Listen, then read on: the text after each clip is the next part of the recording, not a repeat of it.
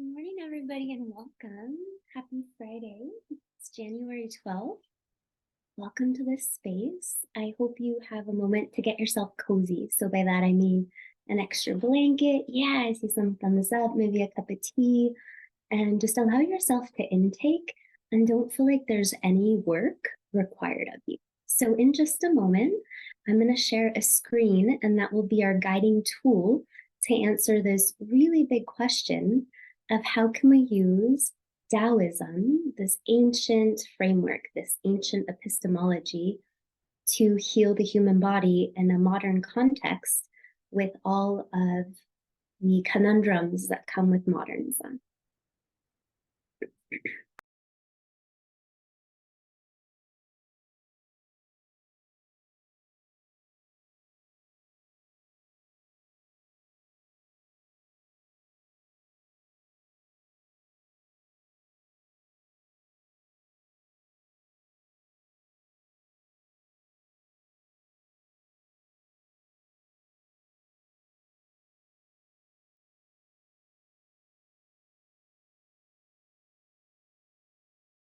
So it looks like there's about 36 of us, a few more folks coming in as we go. But no, this is interactive. So if you feel like you want your camera on or off, that's completely up to you. It's good to see some familiar faces. Hello, Robin. And it's Hey, great to see some hey, new sorry, faces. is this the mime? Oh, okay. All right. I got the answer on the chat. All right, thank you.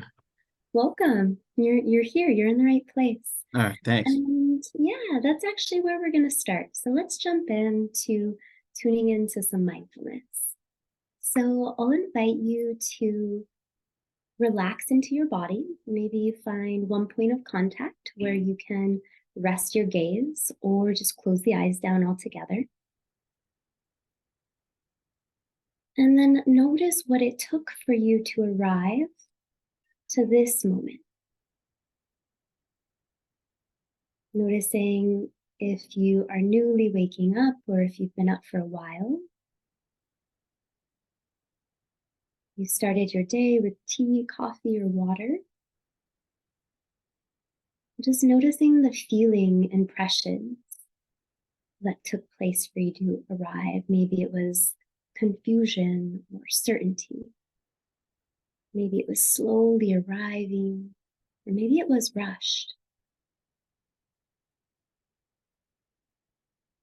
And notice if you're feeling excitement, or notice if you're feeling a sense of ease.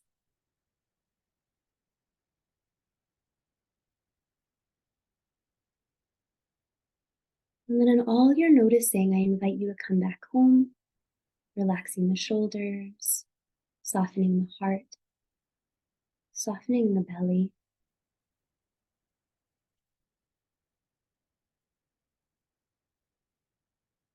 And allow in, if you'd like, a big breath right into the heart. Just feeling that crown sitting right underneath the rib cage. Just breathing and centering yourself from the heart.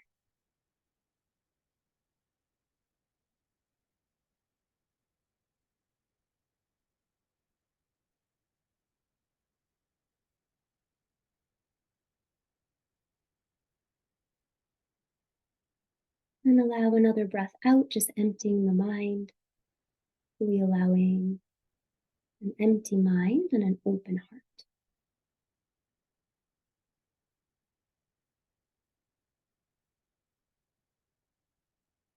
When you feel ready to move on, you can take your hand to your heart.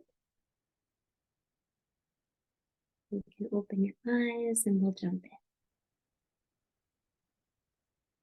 So welcome. This is our agenda for the day. We're going to be focusing on a little introduction to our mindfulness and transpersonal counseling program or department here at Naropa, as well as taking a look at the 5 elements that we find in the natural world through Taoism. We're also going to take on a big question of what is post-traumatic stress disorder, and then the C that you see in front of it is the complex version of that.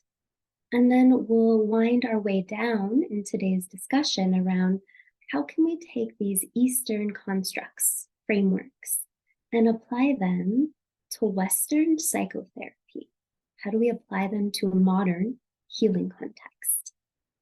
So if you're the type that really enjoys note-taking or drawing, it might be a great time to grab a sheet of paper and a pencil or pen, as there'll be lots of opportunities to draw and sketch some things out.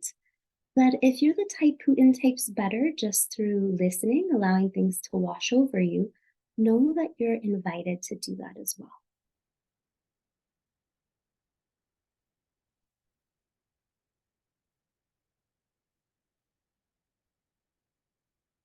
So as we jump into this presentation, I find that anchoring us with a definition, a shared upon framework, is a really important foundation so that we're not talking in homonyms where a word can have multiple meaning. For example, maybe I say the word bark and you're assuming tree bark, and someone else is assuming dog bark, and someone else is assuming medicinal bark from tree and herbs, right?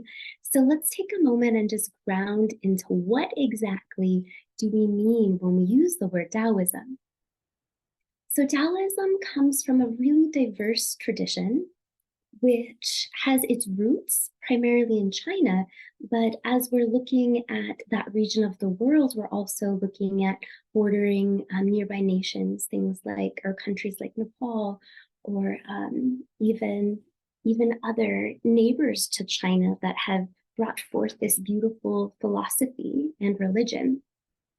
So Taoism emphasizes a living in harmony with nature, or what we call the Tao, or the way. So it is understood in this frame or the system that to seek a teacher is to seek and study nature. So nature is the primary teacher. And it's a philosophical and impersonal transformational space that we can enter when we are in the presence of humbly studying nature. So if we take a moment to situate ourselves in time, space, and season, we notice that we are in the heart of winter. And if you are able to look outside your window, you'll notice that all of nature has gone dormant. The trees have shed their branches. And right now, nature is really doing a process of nourishing its own roots so that there's energy when a spring season comes to emerge. So it's studying nature for cues on how we exist, on how we live. And then the transpersonal aspect of it is going to be a focus on studying how, or what we call, at least in English, spiritual or transcendental aspects of the human existence. So it's an approach that seeks to understand the connection between self and a higher consciousness that can lead to evolution or growth.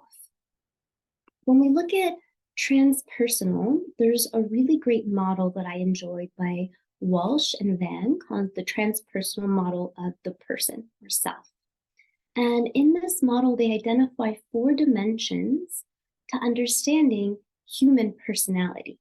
And so those dimensions include consciousness as one facet, our conditioning, all of the samskaras, if we can use a Sanskrit word, or impressions that imprint us from even the language that we speak to the early childhood experiences that we were shaped with, even to really subtle unconscious impressions of conditioning like billboards or even advertisements. All of those become samskaras, or just imprints on the human personality and psyche. And then the third one is personality, which is a really fun construct, right? Because depending on what type of scholarship we use, how we define personality is very different. If we look at a scholar like Carl Jung, he asserted that personality was a combination of having access points to the collective unconscious, our personal unconscious, as well as our ego, which helps us mediate identity into the world. So for a more Jungian perspective, personality can be a larger sphere. And then for Walsh and Van's model, identity is going to be the last piece. So as we're looking at expanding our sense of self, we move through an expansion of consciousness, conditioning, and those limitations, as well as expanding one's own personality and identity in the human world. So instructing from these two frames, I hope will give us a little bit of foundational ground as we jump into some of these deeper questions collectively. And I also want to make it clear that I don't intend to have the right answer, but really hope that this presentation becomes a way for you to dig deeper and think deeper as we progress. So the question that we are moving towards in this first block is, what are the 5 elements found in Taoism? And we know Taoism in modern research often overlaps with mindfulness. So mindfulness, oh my gosh, you guys, this is just so fun. So there was this beautiful research article that looked at hundreds of researchers who dedicated their time, money, energy into studying in the West, well, what actually is mindfulness? And so in the study, they found that there were over 33 definitions of mindfulness. So even though we think we're talking about the same thing, it's quite an umbrella. And so if we look at it, or Tibetan translation of this word, it can translate to clear knowing, or empty mind, or comprehension. And so as we take this notion of the empty mind, a clear knowing, and apply it into literature through the West over, spanning 7 to 10 years, what we found is that mindfulness is an umbrella that also has key attributes of non-judgmental awareness. It includes the observer, as well as acceptance. In some studies, it also included intuition, letting be, and even making meaning. But one key principle that was a thread through all of these studies was present moment awareness. So to fully be here. And in a modern context, that's way, way, way harder than it sounds, right? There's maybe your phone buzzing, perhaps there's email chimes going off. And so to fully be present is that primary overlap we see in Taoism, which is the flow. So as we look at Taoism, there's a construct called Wu Wei. And Wu Wei simply means non-action. And in our non-action, we're able to flow. It's through stillness that we anchor movement and motion. And so there are going to be seasons of more stillness than, say, summertime cycles. And so let's take a look at some of these cycles and seasons that operate both in our environment, in our sociology, in our culture, as well as operate within the human body. Are you ready to jump in? Yeah, okay. Does anyone know the 5 elements? I'm going to invite you to type them into the chat. Let's take a look. Sorry, speaking of multitasking, I'm not always the best at looking at the chat. Okay, great. So just before we jump in and I give you the answers, what are the 5 elements that you can think of? Maybe you've only been exposed to the 4 and you're like, oh, it's air. Or, okay, good. Some good ones coming in. Thanks, Leah. Fire, air, water, earth, spirit. Someone just saying fire. Okay, so you ready? Can I get a drum roll? All right, so here is an image of the 5 elements. So we're going to talk through these. Ooh, I love it. Some people got metal in there. Good work.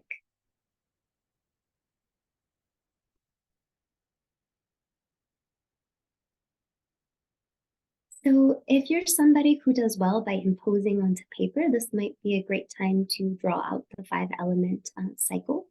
And so in this cycle, what you're seeing here is what we call a generation cycle. So wood, if we cast it into the fire, does what? It does what you think. It's so intuitive. That's what's so beautiful about nature as the teacher. It burns, and when it burns, it creates fire. And that fire is, as we know, at the very core of the earth and actually is what helps it on its axial rotation of spinning.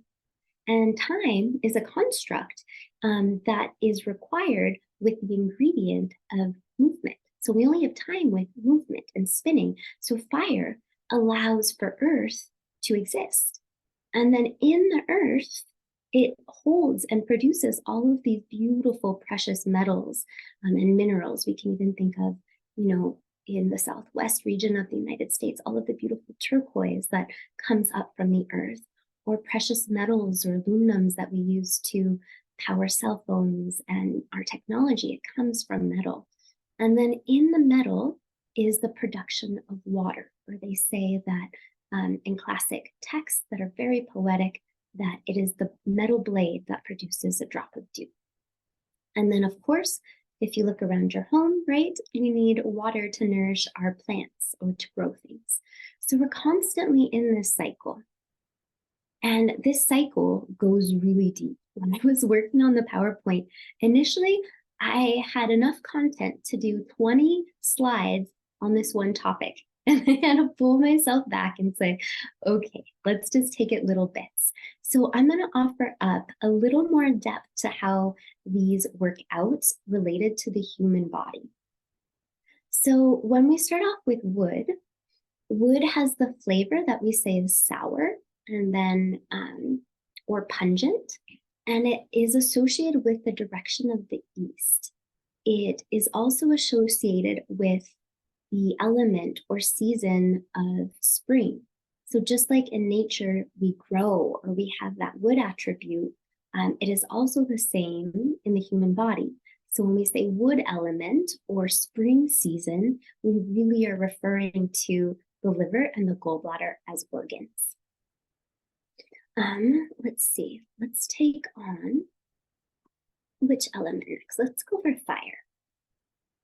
As we look at fire, this corresponds with the heart and the small intestine. It is associated with the sound of laughing, as well as the flavor of things that are bitter or can be really astringent to our palate.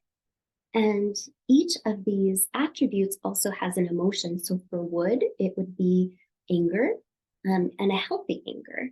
Anger in this system isn't a bad thing. And of course, no emotion is a bad emotion because they're all anatomical functions. And we can't say that sneezing is bad or defecation is bad, perhaps in the wrong place, but really it's the idea that all of these emotions have data points for us. And in Antonio Damaggio's work, he talks about the neuroscience of every time we feel a sensation or emotion, it's an action potential for the body. So we need all of the full range of emotions. So here at the fire element, it's really this ability to experience joy or laughter. But when out of balance, it can really turn into the quality of anxiety or hypervigilance. Next, when we look at Earth, Earth is very much that grounded energy. And it's that grounding energy we experience in summer and late summer, where we feel really satisfied and nourished. And so that's going to be the organ system of the stomach and the spleen. It also is going to be the flavor of sweetness, because as we think about nature, our internal biologist knows that late summer we can get things like big juicy strawberries or beautiful apples that are crisp. And we don't have that same access point in a season like fall or winter. So there absolutely is this bigger sense of joy in the body. Next, we'll talk about metal. So metal corresponds to the large intestine and also is going to correspond to the lungs. And so the intention here with metal is that the lungs and the intestines have this innate ability of letting go, right? Just as we inhale, there's no thinking like, oh, I should let go. The breath out just always comes. There isn't a hoarding or a clenching or an attaching. it's the metal element that has this really good boundaries. So healthy metal attributes in the body are very much healthy boundaries outside of ourselves. The ability to say no and not feel guilty or remorse, or the ability to just exist socially and not feel a fear of missing out. So lung energy is often the texture or smell of things that are spicy, and it often corresponds to that grief we experience later in the year, where it's like, oh man, summer's going. Oh man, change happens. Oh man, we're not immortal, and people, places, things we care for transition. And so that's kind of the lung. But where we are right now, which is exciting, is water season. And so water season is very much nourishing the deep, deep reservoirs of the body. So just like in nature, we have lakes, we have rivers, streams, oceans. In the body, we have arteries, we have capillaries, we have veins, all of these tiny rivers that need and require our nourishment. So in the water season, this is going to correspond with the organs of the kidney and of course the bladder, but it corresponds to the ability to overcome our own fear. So if we think about even 100 years ago or 200 years ago, farmers and agriculture was a much more anchored part of life. And if you had a bad crop or a bad season, you literally had to contend with, I don't know if I will survive. Every winter, will I make it through? Will frostbite get my bones? Will famish take over my culture, my community, my village? And so it's natural that there is a deeper sense of fear and a sense of depression that comes with the season of winter. And so how we nourish that is deeply tending to our roots and our rest for water. And we're going to talk more about how you are nature and nature is you as we continue. So I know I just gave slight impressions, and there's so much that I omitted. For each organ, there's a color, a direction, anatomical body parts that aren't just organs. There's also sounds like sighing or laughing. And of course, this goes deep. So to study nature, to have nature be your teacher takes time. So please just see this as a small seed I'm planting, and know that if you're interested, you can go much deeper into how Taoism has different organs and what we do with those organs. Okay, so let me see. My screen just did something silly. There we go. Okay, this is where it gets really exciting for me.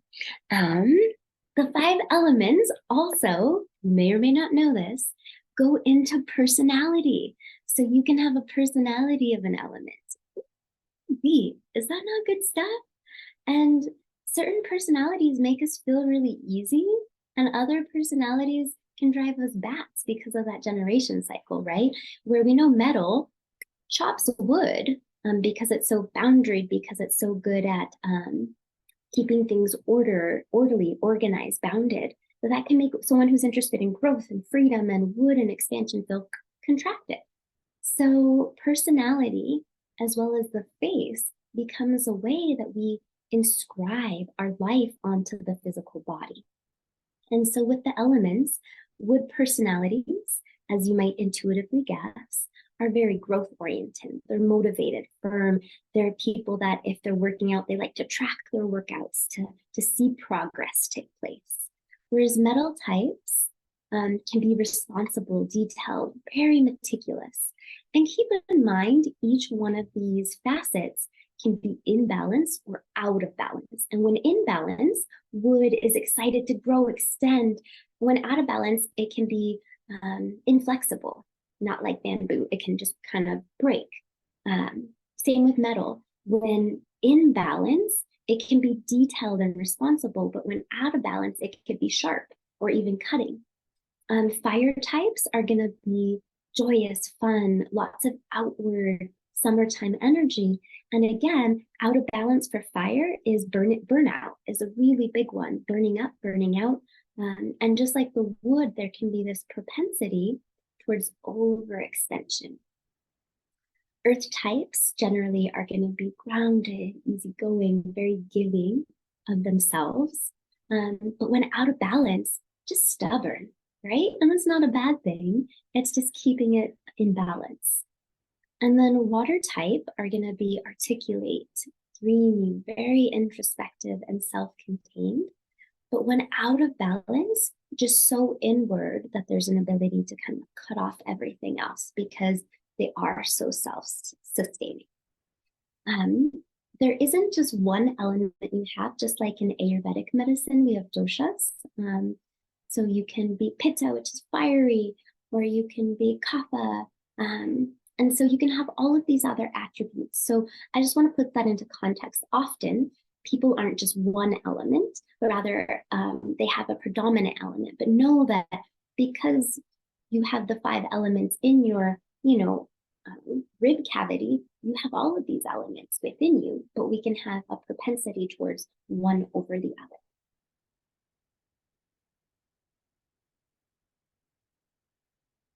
I know, I just had to put a cute dog picture and I can't help it.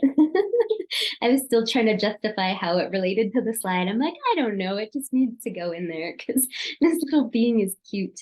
Oh yes, the ear. That's why this fits. So when we look at auricular and 5 element, it's a method that we can even look at someone's mental health, someone's lived experience, and it shows up on their ear and it shows up on their forehead lines, as well as their cheeks, their jawbones, their tongue, and the rate at which they have a pulse. So there are a multiplicity of ways that 5 elements shows up in the human body and in our life, and this is one of them. Any type of ear simulation you do, or even acupuncture points in the ear, allow for ear stimulation, which has neurological reflexes in your ear that can help adjust and balance neurotransmitters, cytokines, the immune system, and just a general inflammation reduction because some of those nerve endings end at the ear. So this is how 5 elements works with the human body. All right, so here is our next question we're going to hold. So go ahead and type into the chat. What do you think PTSD is? Let's start there. And then what do you think complex PTSD is? These are words that if you're in the mental health community in the United States, probably words that you hear a lot. Or maybe you've heard of post-traumatic stress disorder.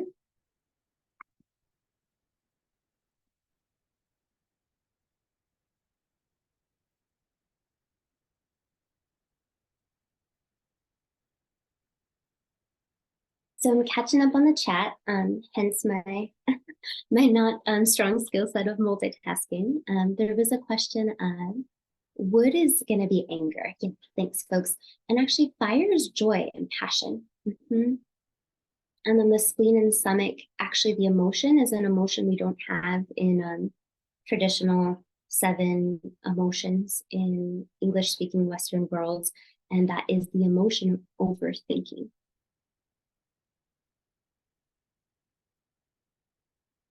Water's fear. So I think we're caught up there. Ooh, thanks, Bliss. Yeah, I love that we're kind of teasing apart these 2 constructs. So complex means it's sustained for a long period of time, often in childhood. You have Sharon. And then, yeah, nice. So you have someone else sharing that post-traumatic stress disorder can come up when an individual struggles with events that have caused emotional and physical damage to their life. I really appreciate that you put in the physiology there, because that is really important hallmarks of looking at any imbalance.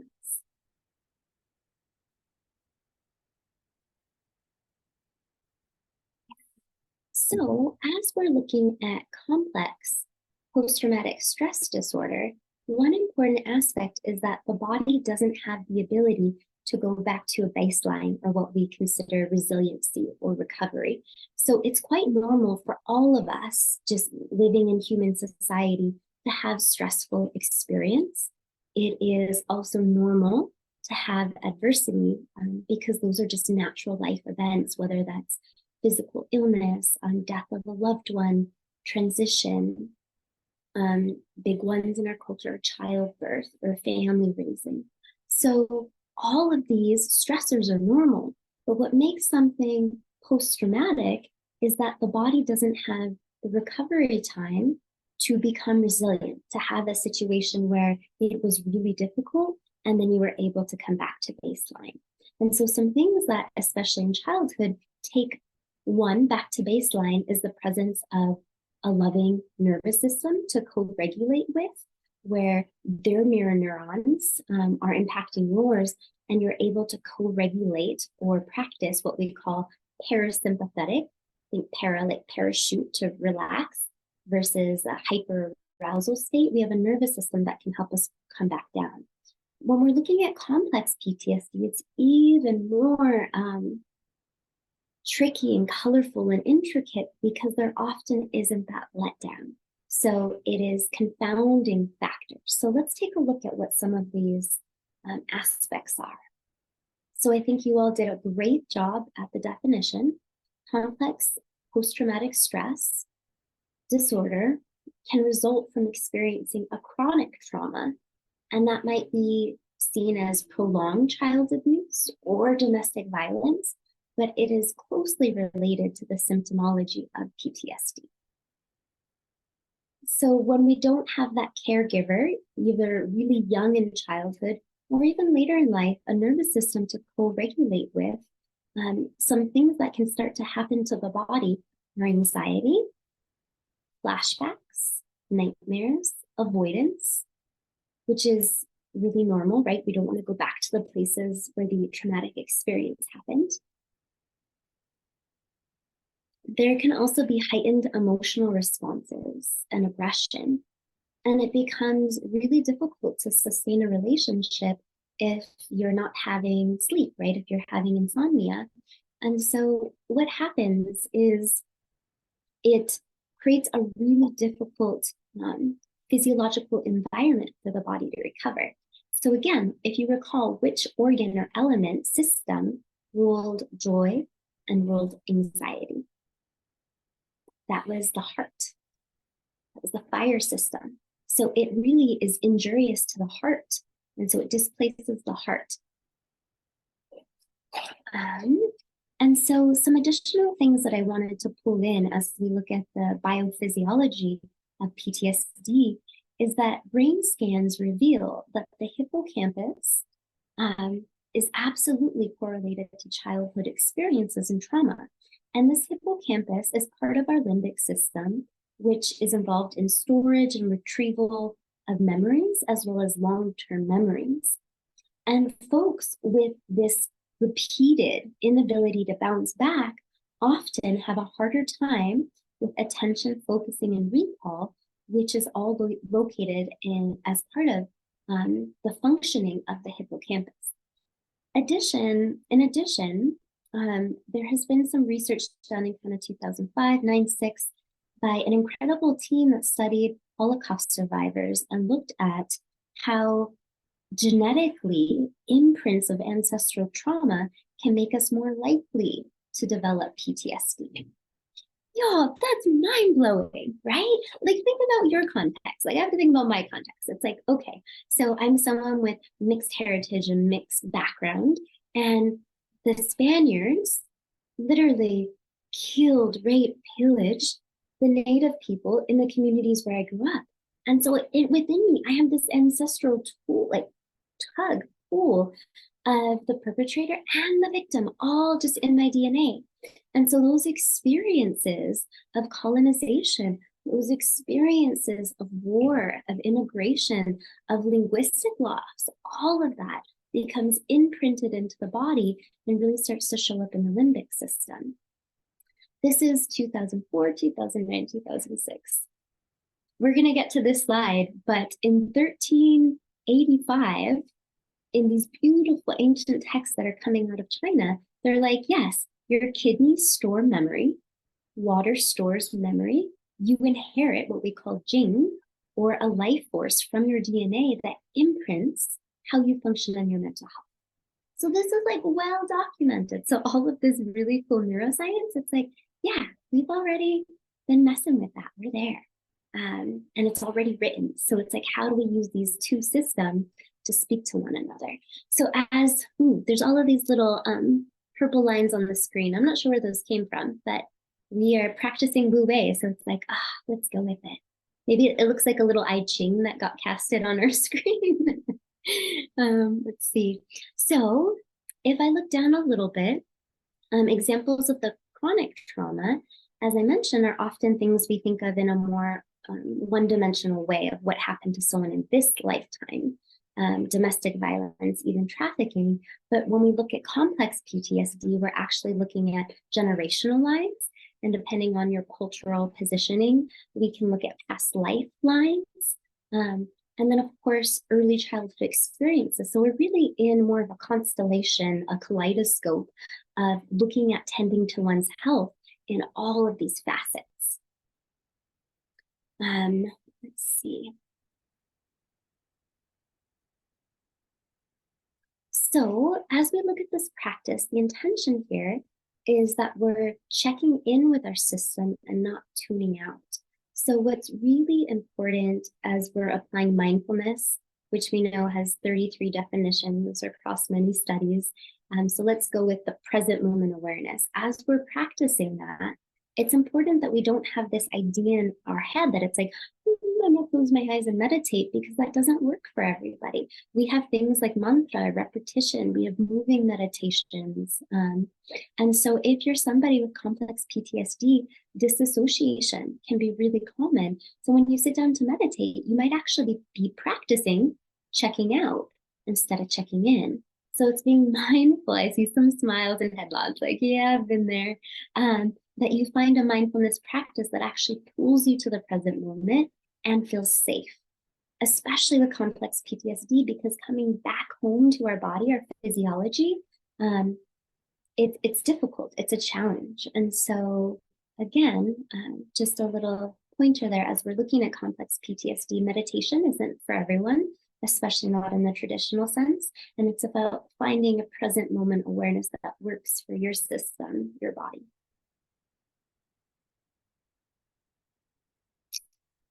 Okay, so this is the slide I was talking about. Let's see.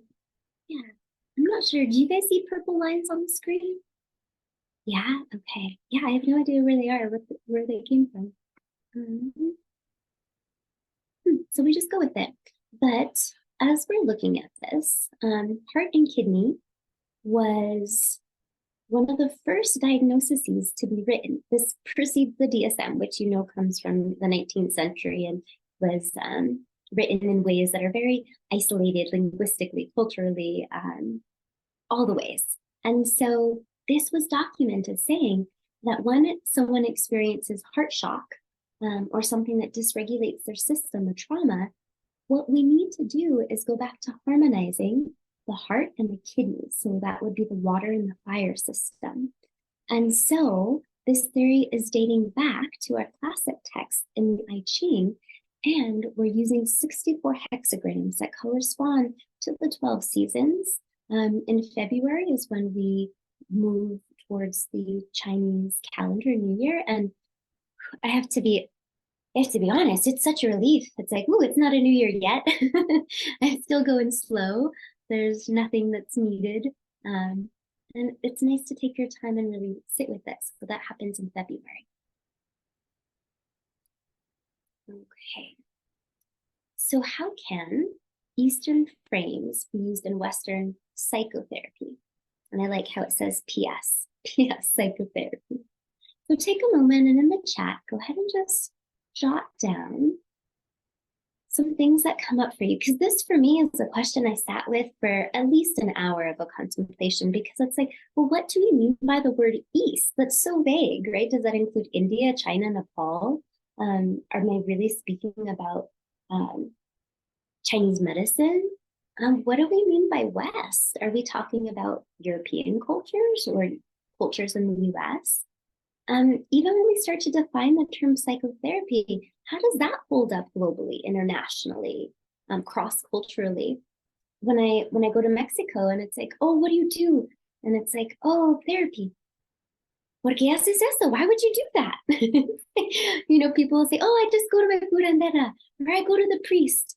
Or I had one woman tell me, she's like, I have 12 kids. I just call up one of them. And I tell them what's going on. And so thinking about how does this construct of a healer, a counselor translate to the East? And also in the East, it'd be like, why would you talk about how you feel when you simply just need acupuncture for that organ? Or why don't you eat food to nourish that system in the body? There's no talking about it. So this is quite a big question. And this is what I shared with at the start when I was like, I hope you leave the presentation with more questions than answers. And if you come up with some good stuff, please let me know, because I'd love to know your thoughts. So let's tune into the chat.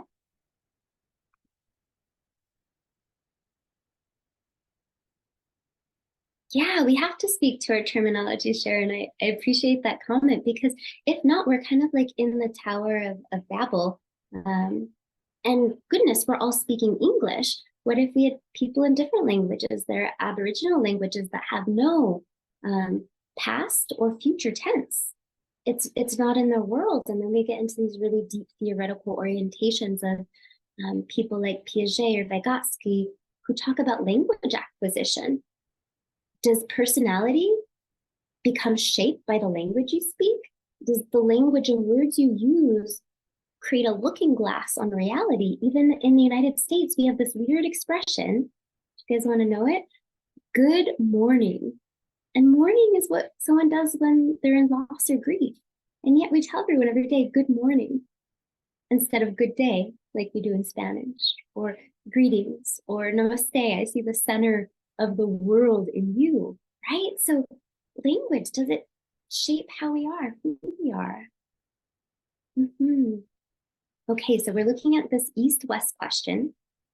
Yeah, so Leah's kind of bringing in this question of looking at the body and the spirit, possibly as an Eastern construct. Okay, for Faith, there's this idea that Western psychotherapy can be more pharmaceutical with a quick fix. Yeah, thanks for bringing that in. And Eastern seems, we don't know, to have more of an integration of mindfulness and an integration with nature. Yeah, and I really appreciate, Faith, the word seems, because that's real important. I've studied some Mandarin. I'm studying Sanskrit in the fall at Naropa. I'm so excited to be a student. And the more I study language, the more I see it really is that a seeming, because so much culture gets tied into the words we use. But I agree, there is this notion that a pharmaceutical fix will heal everything. So let's jump into 3 topics that I think help us expand a little bit more on Eastern and Western. Okay, this is the yin and yang symbol. Can I tell you a little secret? It's pronounced yang, not yang. And not that there's a right way. If you walk around and be like, I went to your presentation on the yin and yang theory, it was good. You can say that, but traditionally yin and yang. If you want to impress all the Chinese medicine practitioners out there. So here we are. I feel like I really want to look up this hexagram that's on the screen. It's kind of fun. We'll see. But the Tai Chi symbol, we can see that the yin is the dark part, or the kind of the dark fish, if you will, is commonly referred to the nighttime, the rest, where the vertical yang, color white, represents earth. And so we can apply yin-yang theory to everything. When I was in Chinese medical school, I attended in Portland, and I remember the first lecture, it was a whole lecture, so 3 hours on this one topic. And afterwards, I just couldn't take off these newfound rosy glasses I had on, where I was like, whoa. So everything you look at has yin and yang in the natural world. So I started playing this game of like, okay, well, my shoes, are they yin or yang? The bottom of the shoe is yin, or the inside, but the outside could be yang. Or the front side of the body is very yin, but the back side's yang. So we can apply this to the seasons, right? Take a guess. Is summer yin or yang? Yeah, I saw your eyes go up. Mm-hmm. Yeah, you can mouth it. You can unmute yourself. All good. So yeah, summer is gonna be yang. There's so much energy. And then our yin is gonna be what we're in right now, which is rest, stillness, going easy. How about night and day? How about season? How about relationships? How about counseling theories? We can even break counseling theories into yin and yang. So I think attachment work, where we're doing more autonomic regulation with people, looking on touch, less verbal cues, that's going to be very yin. If we look at something like cognitive-based behavioral therapy, I find that to be very yang. It's very active, it's very engaging, or even methods where we act out, like empty chair. Let's stand up and act out this dynamic. That's going to be yang.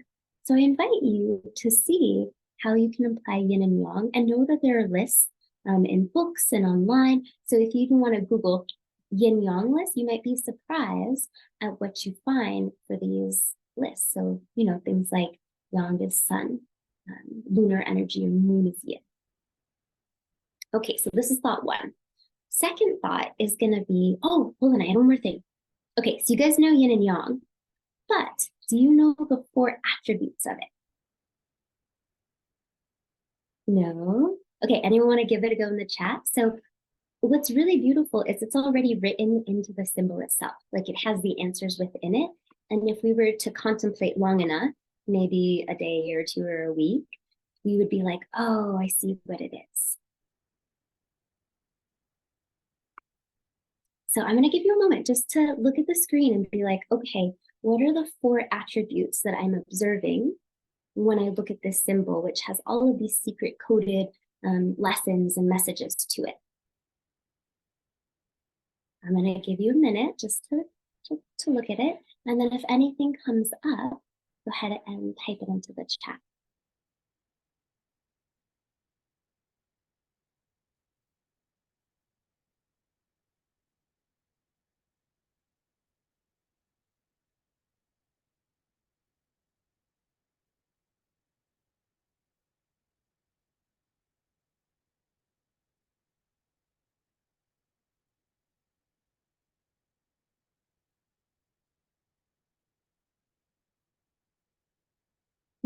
Inhale, exhale, cool. I like that one, guys. Thanks.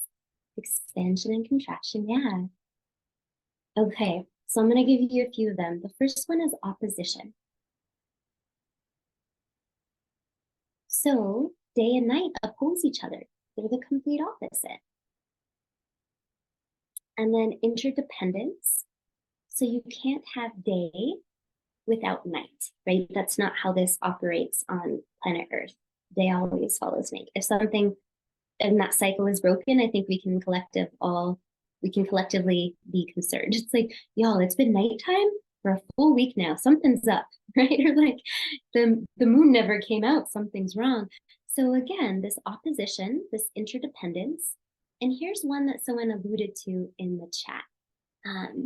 Yin within yin, yang within yin, yang within yang. But you can always see as you're looking at it, there's a little dab. So at the utmost amount of yang energy, there's still yin present. So at the peak of summer solstice, there's still a dab of winter. There's still a dab of rest. And at the peak of winter, there's still a dab of sunlight. So it's the idea that there's mutual consumption. They're always turning into the other. And this is a profound thought if you really want to take it deeper into noticing how this applies sociologically. how this applies economically. Whenever there's a big revolution or uprising, there's always a time that follows a downfall. Whenever a culture or society has an abundance or surplus, it always empties again. So these are just universal principles: mutual consumption, and then intertransformation. Ooh, this one, how do we apply this to something like war or polarity or different viewpoints? Intertransformation. Yin always turns into yang, yang always turns into yin. Wow. So even if there's something inside of you that you really hate or dislike or have a repulsion to, that's still going to turn into the thing you love, according to this theory. And we can even apply some of these constructs specifically to health.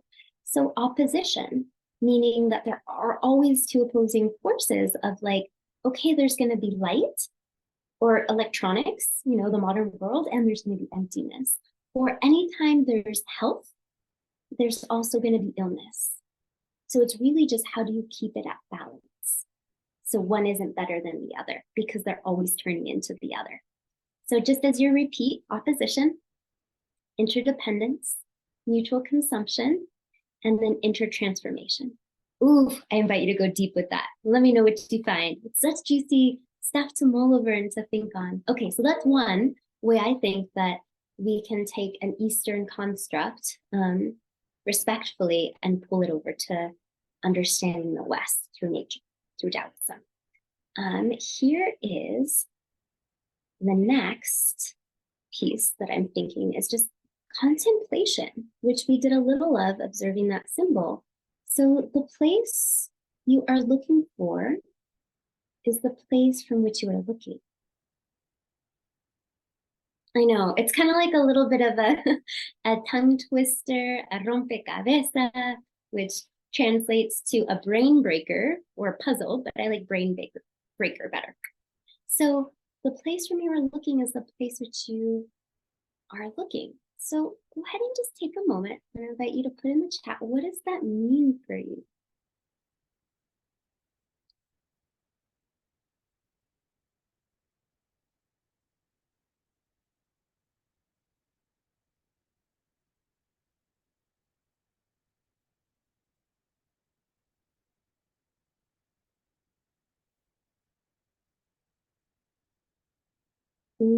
Faith, yeah, mic drop. The present moment awareness. Present moment awareness. The answer you're seeking is inside of you. Ooh, I really like this. I hope I'm saying this okay. Gigi, your vantage point is your perspective. Yeah, it's very much like a kaleidoscope. Like if we, you know, switch the frame just slightly, the whole viewpoint is different. And there's been some really fascinating research in physics looking at string theory and even how we perceive reality. And how we perceive reality can be influenced by multiple timelines simultaneously. And time is the construct. So yeah, the place from where you're looking from, it's the perspective. I think one interpretation of this for me is also that I don't have to seek for more. I don't have to achieve or become or New Year's resolution or goal set. It's like, oh, what I'm looking for is like right here. So I should start looking at what I'm already seeing with new eyes. Just like the yin yang symbol, we all looked at it and saw something, but wow, what would happen if we kept looking? Yeah, exactly. I'm reading in the chat, I am enough. You are absolutely enough. And you exactly as you are and all of your flaws and perceived mistakes or misconceptions are just right as you are. There's nothing to change. And that is what we call unconditioned love, right? Unconditional love doesn't need conditions. You exist, and because you exist, you're enough. Did you feel everyone's shoulders drop? Everyone was like, oh good. Thought I had to be something or do something. No, You're already here. Yeah, new eyes. So I think contemplation could be another way that we pull east and west together. And with that contemplative edge, I think it also requires linguistically expanding oneself. Because if it is the truth or the perspective that language determines reality, oh goodness, think about all of the expressions in English that we use of like time is money. Or even something as simple and well noted as good morning, right? So also expanding this through language. And that's a quote from Moji. Okay, here's another attribute I have that feels juicy, of like a thought puzzle. You are nature, and nature is you. And I mean this in the most non-metaphorical way possible. Truly, you are comprised of the same substance as everything around you. When we look specifically at water, we're in water season. Your blood is 82% water, and your kidneys are filtering about 50 gallons a day out of the body and helping with maintaining acid levels, helping maintain blood pressure. And when we look at even complex stress disorder, people often focus on the 12th cranial nerves or the 10th cranial nerve, but truly it's very much impacting our glands, pituitary gland, hypothalamus, thalamus. And so water, keeping hydrated, is life. And so I mean this in a very literal way of you are water, water is sacred, and you are nature. So Ram Dass has a quote here, the universe is an example of love.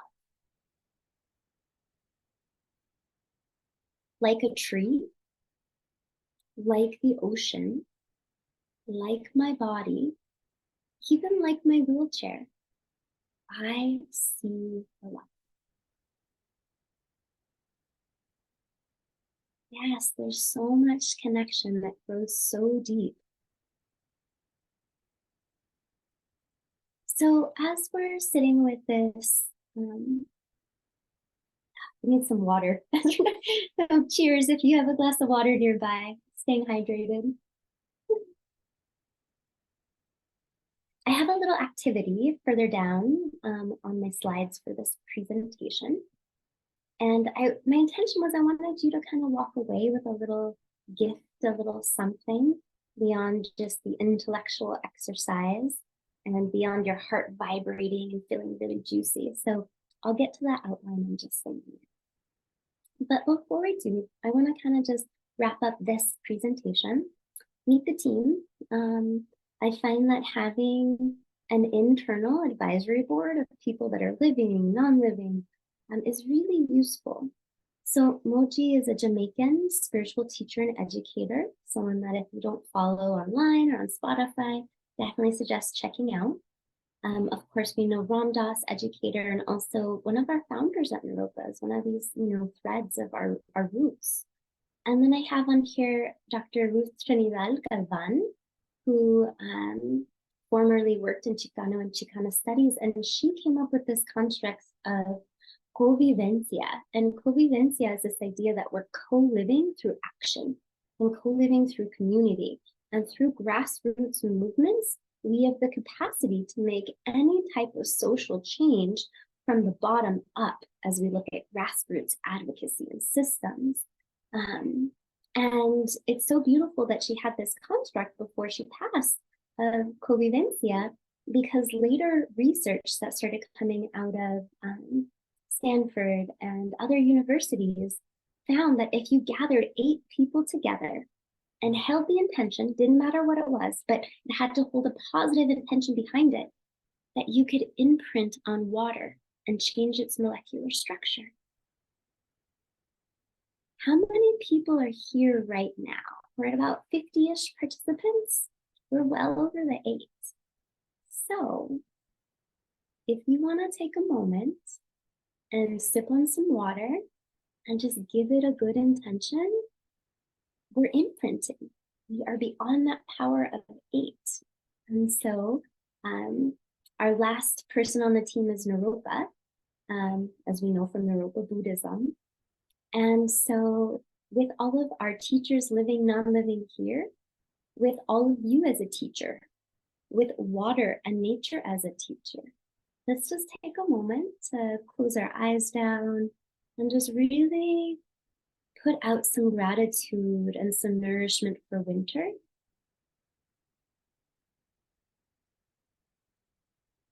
Put out some gratitude for your own nourishment and for your heart that brought you to this conversation today. Just knowing that we have the capacity to imprint, we have the capacity for co-vivencia, for community change that starts from the ground up. Yeah, some of you are shaking your water bottle, tossing it on your head. Good work. All right, so I did include a few additional readings for you if you're interested in Taoist theory, particularly Chinese medicine. So Giovanni Maciocia has translated from Mandarin an incredible volume of texts where you can read ancient classic texts from, the 13th century, from even earlier, like the I Ching. Also, I put a little quiz on here of who am I, so you can do the 5 phases of Chinese medicine, a little quiz. So those are there for you. And in summary, we looked at the 5 elements in Taoism. Air is not one of them, but there is a 6th element of ether. We also looked at PTSD and complex PTSD as more of this larger frame that can hold things like colonization and trauma and slavery, and helping acknowledge that we exist in a continuum of ancestral awareness, DNA, and data. And so how we're working with that complex PTSD, often through the West and through Eastern, is tending to the organs of the kidneys, which is rest, slowing down, water, present moment awareness. And then, of course, we took on the question together that's very vague, but apologize for the linguistic limitations of Eastern frameworks and Western psychotherapy. So thank you for your time. And I am going to go over just by a minute or two so that you have a little activity you can engage in if you'd like to continue nourishing your roots. So all you need is a sheet of paper and a pencil. If you've been in class with me in the past, you might have done this activity. It is a self-portrait of you as a tree. And so I'll just give you the directions and you can write them down. And then if you want to continue this exercise of present moment awareness, contemplation, and winter, this should be an activity for you. So 1, you're going to draw a tree with trunks, with a nice trunk, and then roots going down. And it can just be like real sketchy, and no, you can go back and fill it in any way you'd like.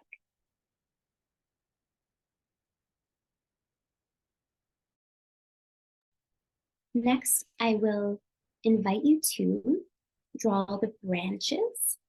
And it doesn't have to be a lot, maybe just 4 branches, maybe it's a line. And then off to the edge, go ahead and draw a straight line across the bottom of your page so you know that there's a ground.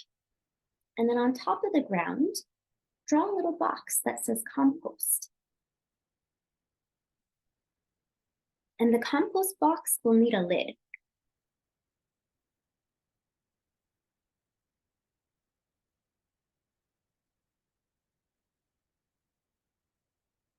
Awesome. I see a lot of smiles as you're drawing. Good work. Some of you are driving. Don't drive and draw.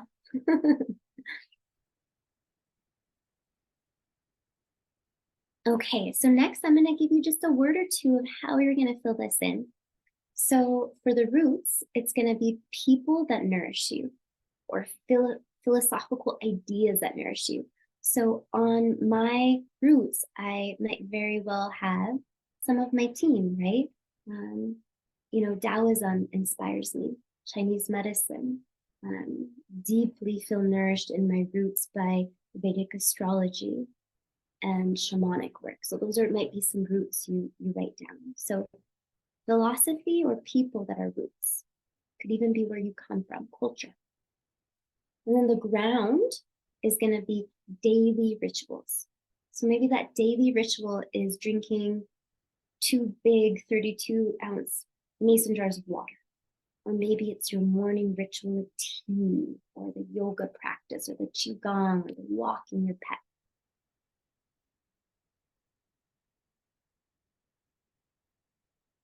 When I lived in Portland, I once had a neighbor who would walk her cat and her parrot at the same time. Whatever your daily ritual is, that's going to be the ground.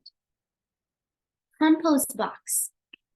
Okay, that's all the hard stuff. You just put hard stuff. You can put complex PTSD on top of the box. Or just like whatever the traumas are that come with the sufferings that eventually become the fertilizer. And know that there's a lid on that so you can close it. And then the next part is actually probably my favorite because it's just one word, values. And this is the trunk of the tree. What values do you have? Maybe it's compassion. Maybe it's kindness with every word that comes out of your mouth. Maybe it's equity for all. So just values, and then we'll bring our awareness to the branches. So this is what we're growing into. Maybe it's international travel, or for me, it's going abroad with students. What feels like the things you're ready to grow into?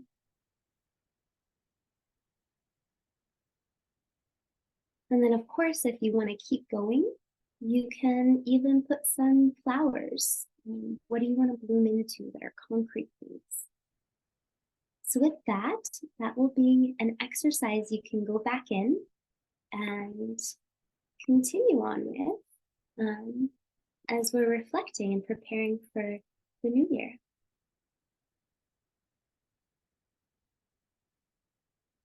So I had initially planned to do some breakouts so that we could talk a little bit about the roots of our tree. And I know that we still need time for Q&A. So what I think we'll do is I'll allow you to independently work on that, and I'll save the last 20 minutes that we have together just to do a Q&A. So with that said, let's jump into some questions if you have them.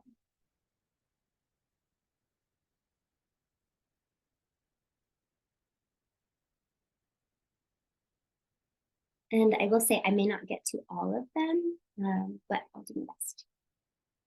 This has been a very fun session. Glad to hear that, Ellie. Before we jump into Q&A, how about this, everybody? Let's stand up and stretch. We've been here for a minute, and I don't know about you, but I feel like I want to move a little bit. So I'll invite everyone to just take a minute. I'm going to stand up. I'm going to come off screen. You won't see me. When I get back, I'll invite you to shooken it out, to do a little yoga, to breathe, and then write down one question. When I come back, I'll see if there's any hands raised, and we'll take it from there.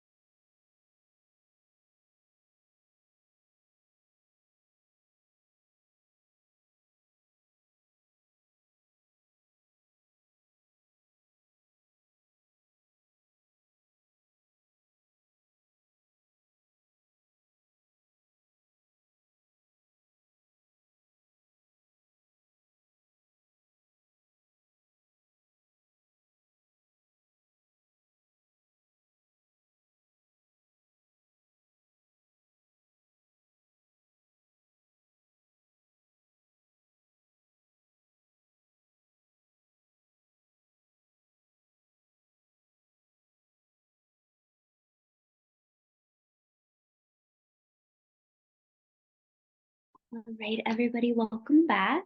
I'm going to start with just a handful of thoughts in the chat.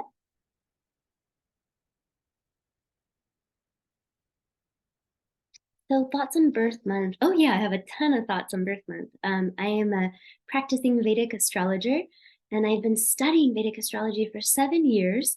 And after 7 years of intense study, I can say, I don't know a thing. There's so much to know. But birth month, yes, but specifically when we look at Vedic astrology, it's not just the month, but the time of day makes a very big difference. And also the season can make a difference. So birth date and time will give you more specifics.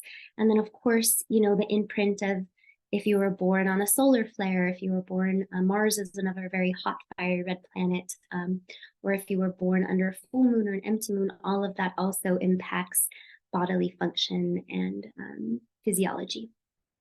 So great question.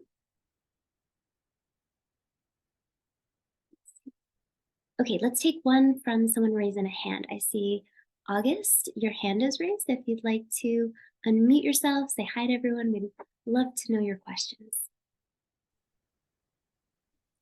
Hey, sorry.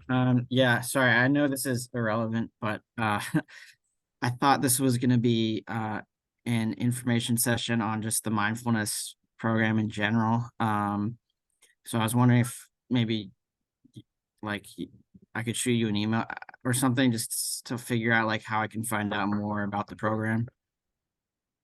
Yeah, of course. And that doesn't feel irrelevant. That sounds super relevant. Yeah, so I work in the mindfulness and transpersonal department. And what we'll say for you, August, or anyone else who's curious, email your advisor. And what I'll ask, if someone from our advisement team can just put some email context in the One chat, second. that would. Sorry. So yeah, we'll just put an email in the chat and then we can give you some more information about that. So I'll ask John Paul or Evalie to put some contact information so folks who are interested more about the specific department can get that answered. Beautiful, Okay. there you go. Thank Well, you. admissions. Great question.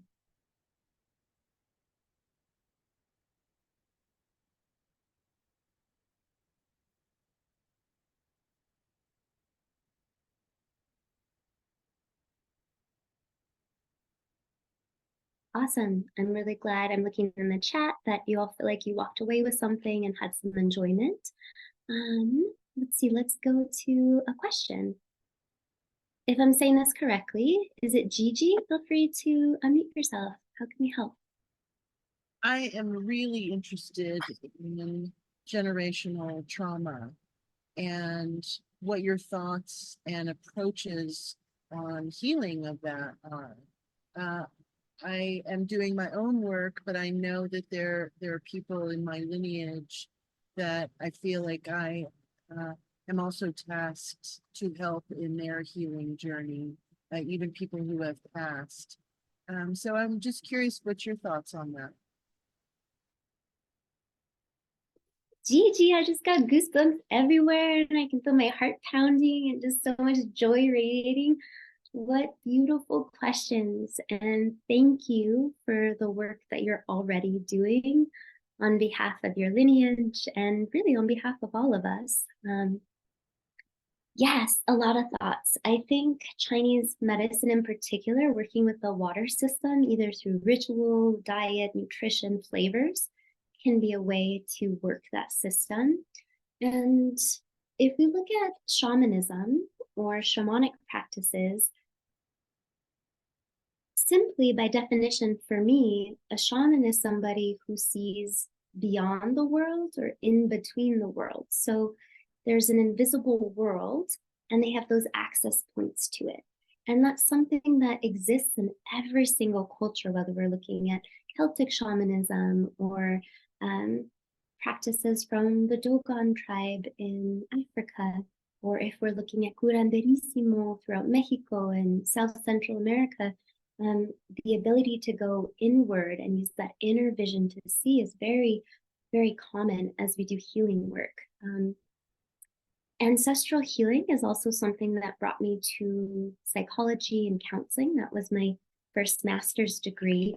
And the system that I have found most pronounced and effective is family constellation that is done with shamanic roots. So it's a role play of putting out or casting out in a circle that has a container and intention, and role playing what dynamics or what aspects of a lineage got broken due to things like immigration, war, slavery, trauma, miscarriages, rape, any of these issues.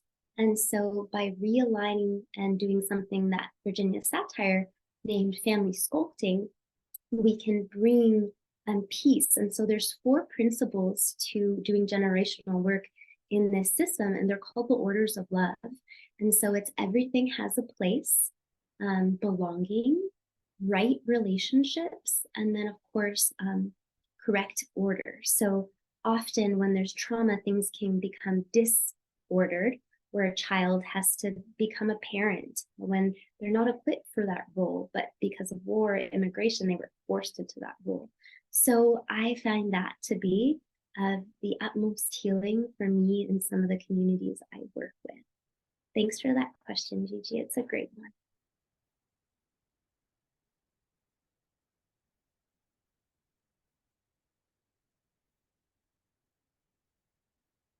Okay, so I'm seeing in the chat, I'm gonna pop back over here, a question of how can you distinguish complex post-traumatic stress disorder from neurodivergence? And that's also an excellent question. So anytime we're going to be diagnosing, distinguishing, looking for patterns, we want to do questionnaires and assessments with our clients. So it's kind of like a threefold. In qualitative research, we say that we triangulate data, meaning that we look at it from different sources. So an intake will ask someone what they're reporting, and then we have models, metrics, questionnaires that will validate that. And then we can ask them their own patterns and behavioral work. And then of course, we can even do certain like scans of organs and things in the body. So that answer is coming from a traditional Chinese medicine perspective as well as a therapy perspective.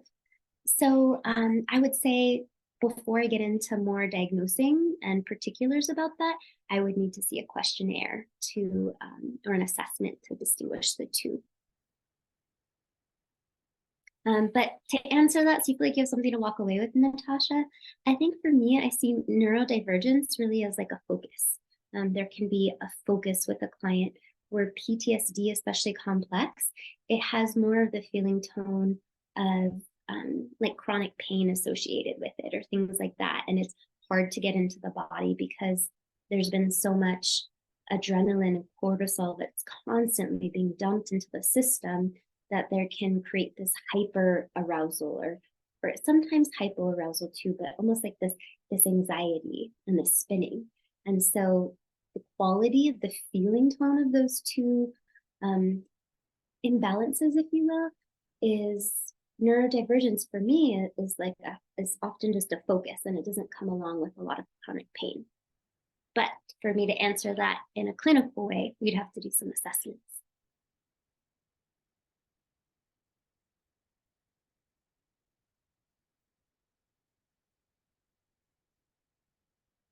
Ooh, okay, I'm gonna go to the chat because I just saw a good one.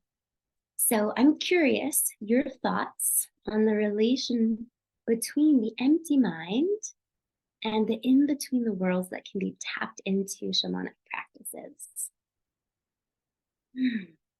This is really good. This is juicy stuff. I think it starts, what's coming up for me is a story. When I first started studying Qigong and martial arts, one of our martial arts teacher had us hold this position with bent knees for 60 minutes outside. And I just remember being like, this is so stupid, why? And, you know, as I kept doing it and just being in the same place and being really disciplined, so much of what I put out into the world, I started projecting onto this shape. It was just like, my teacher's dumb, or you know what I mean? It's so cold. I hate the cold. And you just get to see in your mind all of these things you project onto something. But I stuck with it, and I stuck with the Qigong and the Tai Chi. And the more I realize is there is a gift in discipline of just present moment. I'm just going to focus on the breath. Or I'm just going to focus on the inhale and the exhale. And I'm not going to disassociate or journey or get really imaginative. I'm going to give myself one task to do. And that is a great practice. We know that present moment awareness and mindfulness, it shifts how you use your brain. You have a more neuroplasticity in your brain when you meditate. We also know that you can change the temperature of your body with disciplined meditation. Another beautiful study when we look at how breath works is we can even change the rate of our heart, our lung tissue with our breath. So there's just so much anatomy and physiology we can imprint with just one focus, hold the shape. But I don't think that's the only, right? Mindfulness is the umbrella. So thinking about the umbrella term. When we look at something like shamanism, that's a very different practice, though from an outside perspective, you're in your seat, you're not moving, you look like you're doing the exact same thing. A shamanic practice is journeying to the other worlds, the invisible world, the inner world, with a point of data that you need to come back out to help yourself or others. So in Caitlin Matthews' book, Singing the Soul Back Home, she talks about that we don't journey for fun. We journey only when all of the other options have been exhausted. Maybe we, talked to a family member, or we called a therapist, or we spoke with, a spiritual advisor who we trust, and all of the other options, we're not finding that answer. Then we intentionally go in with permission, with giving back, with animal totems or animism, and we go into the world very structured and with the training of an advanced teacher and practice, and then come back out. So they're both practices where you sit, you breathe, you close your eyes, but you're doing very different internal things. And the more you start to have a repertoire, a toolbox of mindfulness, you'll find that, hey, sometimes I sit down and do mantra and I just really like repetition or sound. Or hey, sometimes I sit down and I just do the traditional breath. Or maybe you join me and you project all of your feelings onto your shape for an hour, So thanks for that question, Faith. I hope that answer helps, but it's just this idea that they're different practices internally, even though they may look the same externally.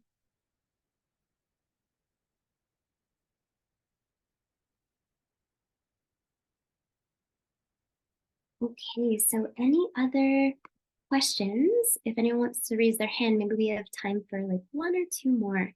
And please feel free to ask. I know my personality can be a bit more watery, so I don't always like the front center stage where I'm, like, oh, I have a question. So no questions are silly, no questions are dumb. That just doesn't exist because we all such different vantage points. So if there is something, please feel free to ask. Okay, we got one in the chat. So Marisa, I hope I'm saying that okay. I'm curious what courses you're teaching in the MTC program. So I am a lover of curiosity. So honestly, if my colleagues are like, we need someone to teach that, I'm like, I'll teach that because I love learning. So this semester I'm teaching research. Oh, I'm so excited about it because research is simply all of the different goggles we put on to see the world and how we come up with truth. And for many people in the Western world, empiricism has so much weight, but that's just one frame of reference. So we do first person learning, which is you going into yourself and seeing what is your truth, what feels right. We do second person learning where it's like, hey, I might have a conversation with Gigi or with Faith or with Nancy, and then I learn things from you and you learn things from me. It's two directional. And then the third person is we often look at the stones or the bricks that those who've come before us write about, and then we get inspired. Like we look at Gloria Anzaldúa's work on bordering, identity, Chicanaism, and that's beautiful. So we're constantly ebbing out of first, second, third person in our learning. But for research, we're going to be looking at the 5 elements and the corresponding senses when we intake information. because when we're with someone else, we're not just getting words from them, we're getting vibrational tones, we're getting energetic swaps, we're swapping neurons, we're swapping consciousness. And so the more we have awareness of if we're salty, if we're sweet, if we're bitter, the better we are equipped to be in a healing capacity with others. So research, yes, is one dimension of validity and bell curves and so much more. So I'm teaching research. I'm also teaching a course on what is healing, and we look at complementary and alternative systems throughout the world. And then some classes that I really love teaching is human growth and development, because really, if we look at the arc of growing in a human body in society, most of us are going to have some traumas, some divorce, some loss, some death that can really splinter the soul or the spirit. And so doing that class is very much like a soul retrieval back to our early childhood years or adolescent years. And though we're learning third person theories, we're getting so much experiential and deep work for ourselves. So I really like the human growth across the lifespan, another course I teach. And then, of course, Jungian psychology, because we get to talk about Vedic astrology. Carl Jung was an avid astrologer. His personality types come from astrology. He did a lot of work on dream psychology, dream work, as well as contemplation and reflection, as we see documented in his large book, the Red Book, but also on synchronicity or these constructs of personhood and collectivehood. So those are some of the classes I teach.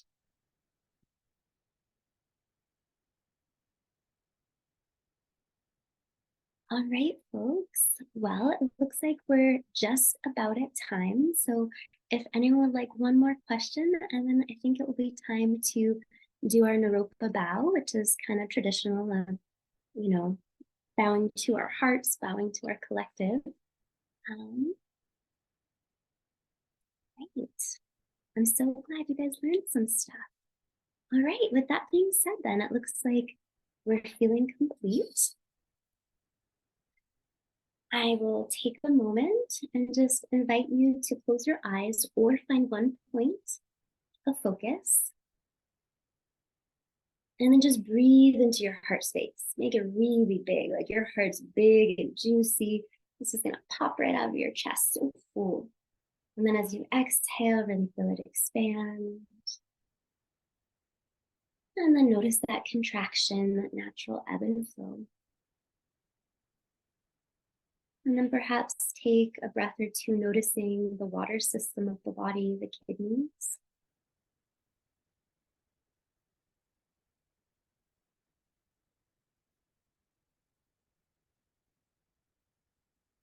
Just noticing all of the energy your body puts forth to maintain your wellness and your balance.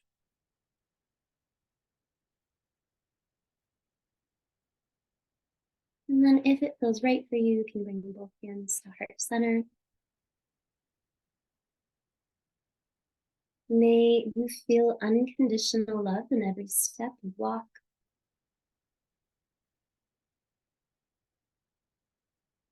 May you feel the ease of knowing that there's nothing to accomplish, to better, or to improve.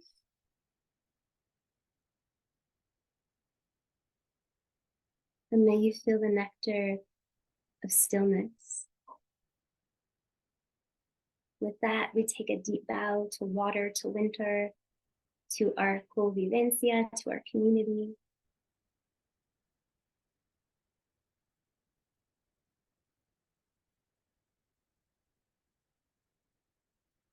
Bye for now.